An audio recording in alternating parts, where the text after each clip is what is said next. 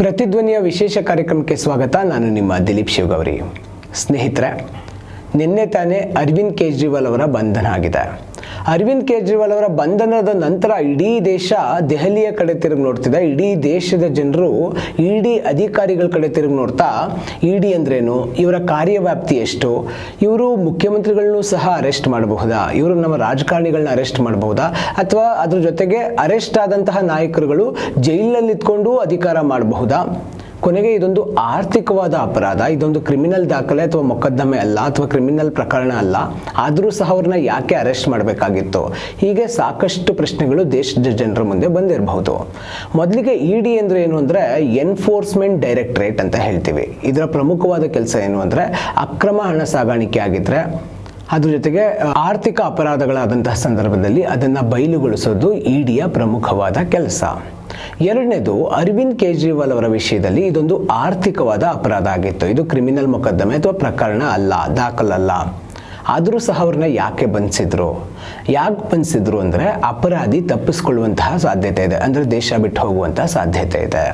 ಅದ್ರ ಜೊತೆಗೆ ಅಪರಾಧಿ ಸಾಕಷ್ಟು ಅಂದರೆ ಸಿಕ್ಕ ಸಮಯದಲ್ಲಿ ಅಲ್ಲಿರುವಂತಹ ಸಾಕ್ಷ್ಯಾಧಾರಗಳನ್ನ ಹಾಳು ಮಾಡ್ಬೋದು. ಈ ಕಾರಣಕ್ಕೆ ಅಪರಾಧಿಯನ್ನು, ಅದು ಒಂದು ಆರ್ಥಿಕ ಅಪರಾಧ ಆದರೂ ಸಹ ಇಡಿ ಅಧಿಕಾರಿಗಳು ಅಪರಾಧಿಯನ್ನು ಬಂಧಿಸ್ತಾರೆ. ತಮ್ಮ ಅಧಿಕಾರವನ್ನು ಉಪಯೋಗಿಸ್ಕೊಂಡು ಸಾಕ್ಷ್ಯಾಧಾರಗಳನ್ನ ಹಾಳು ಮಾಡಬಾರ್ದು ಮತ್ತು ಅಪರಾಧಿ ಎಲ್ಲಿಯೂ ಸಹ ತಪ್ಪಿಸ್ಕೊಂಡು ಹೋಗಬಾರ್ದು ಅನ್ನೋ ಕಾರಣಕ್ಕೆ ಇಡಿ ಅಧಿಕಾರಿಗಳು ಅಪರಾಧಿಯನ್ನು ಬಂಧಿಸ್ತಾರೆ.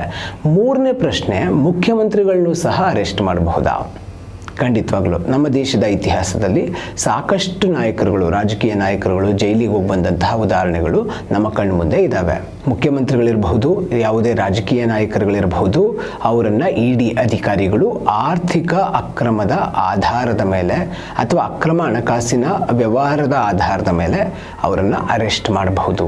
ಆದರೆ ಸಂವಿಧಾನದ 361ನೇ ವಿಧಿಯ ಪ್ರಕಾರ ಈ ದೇಶದ ರಾಷ್ಟ್ರಪತಿ ಮತ್ತು ಪ್ರತಿ ರಾಜ್ಯದ ರಾಜ್ಯಪಾಲರುಗಳು ಈ ಕೇಸ್ನಿಂದ ಹೊರಗಿರ್ತಾರೆ. ಅವರನ್ನು ಇಡಿ ಅಧಿಕಾರಿಗಳು ಬಂಧಿಸೋಕೆ ಸಾಧ್ಯ ಇಲ್ಲ. ಅವರು ಅಧಿಕಾರದಲ್ಲಿ ಇರುವವರೆಗೂ ಅವರನ್ನು ಇಡಿ ಅಧಿಕಾರಿಗಳು ಯಾವುದೇ ಕಾರಣಕ್ಕೂ ಬಂಧಿಸೋಕೆ ಸಾಧ್ಯ ಇಲ್ಲ. ಅದ್ರ ಜೊತೆಗೆ ನಮ್ಗೆ ಇನ್ನೊಂದು ಪ್ರಶ್ನೆ ಇರಬಹುದು, ಇವರು ಅರೆಸ್ಟ್ ಆಗಿರ್ತಾರಲ್ಲ, ಮುಖ್ಯಮಂತ್ರಿಗಳಾಗಿ ಅರೆಸ್ಟ್ ಆಗಿರ್ತಾರೆ, MLAಗಳಾಗಿ ಅರೆಸ್ಟ್ ಆಗಿರ್ತಾರೆ, ಸಂಸದರಾಗಿ ಅರೆಸ್ಟ್ ಆಗಿರ್ತಾರೆ, ಇವರು ಜೈಲಿನಲ್ಲಿ ಇದ್ಕೊಂಡು ಅಧಿಕಾರವನ್ನು ಮಾಡಬಹುದಾ ಅಂತ. ಜೈಲಿನಲ್ಲಿ ಇದ್ಕೊಂಡು ಅಧಿಕಾರವನ್ನು ಮಾಡಬಹುದು ಸಂವಿಧಾನದ ದೃಷ್ಟಿಯಲ್ಲಿ. ಸಂವಿಧಾನದಲ್ಲಿ ಅದಕ್ಕೆ ಅವಕಾಶ ಇದೆ. ಯಾಕಂದರೆ ಅರೆಸ್ಟ್ ಆಗಿರುವಂಥ ವ್ಯಕ್ತಿಗಳು ಕೇವಲ ಆರೋಪಿಗಳು, ಅಪರಾಧಿಗಳಲ್ಲ. ಹೀಗಿರುವಾಗ ಜೈಲಿನಲ್ಲಿ ಇದ್ಕೊಂಡು ಅವರು ಅಧಿಕಾರವನ್ನು ಮುಂದುವರಿಸ್ಬೋದು. ಆದರೆ ಅದು ಪ್ರಾಯೋಗಿಕವಾಗಿ ಎಷ್ಟರ ಮಟ್ಟಿಗೆ ಸಾಧ್ಯ ಆಗುತ್ತೆ ಅನ್ನೋದನ್ನು ಸಹ ನಾವು ಯೋಚನೆ ಮಾಡಬೇಕಾಗತ್ತೆ. ಅದು ಕಷ್ಟ ಆಗೋ ಕಾರಣದಿಂದ ಅವರ ಪರವಾಗಿ ಬೇರೆ ಯಾರಾದರೂ ಅಧಿಕಾರವನ್ನು ಮಾಡ್ತಾ ಇರ್ತಾರೆ. ಈ ಎಲ್ಲ ಪ್ರಶ್ನೆಗಳು ನಮಗೆ ಕಾಡ್ತಾ ಇದ್ದು ಅನಿಸುತ್ತೆ.